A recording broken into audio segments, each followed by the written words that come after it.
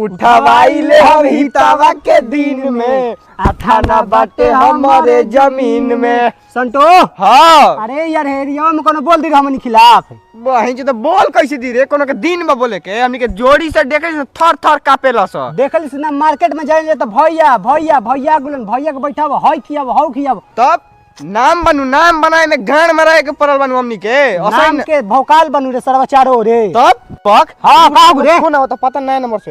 Hello का matter हो गइल कहां रे भाषा रा एकरी मां की जो रे मैटर एगो लइका अपन दोस्त के लिए बाटे।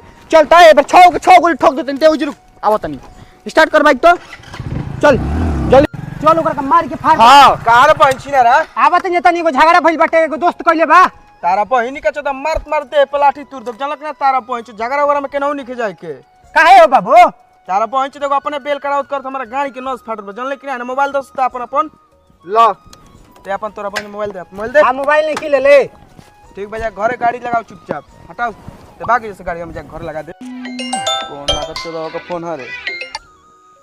हेलो अरे बहन छिनरा जल्दी आओ त हम मरा जाइम। तारा पहुंच तो हम ओकर बाप बोला तनी ए सार तारा पहुंच महाराज चाहे जी तार पहुंच दो से हमरा कौन काम बरे हमरा लइका के ना जी तार पहुंच दो केस में फंसा के तारा पहुंच दो अपने फरार हो जाता लोग रख फोन।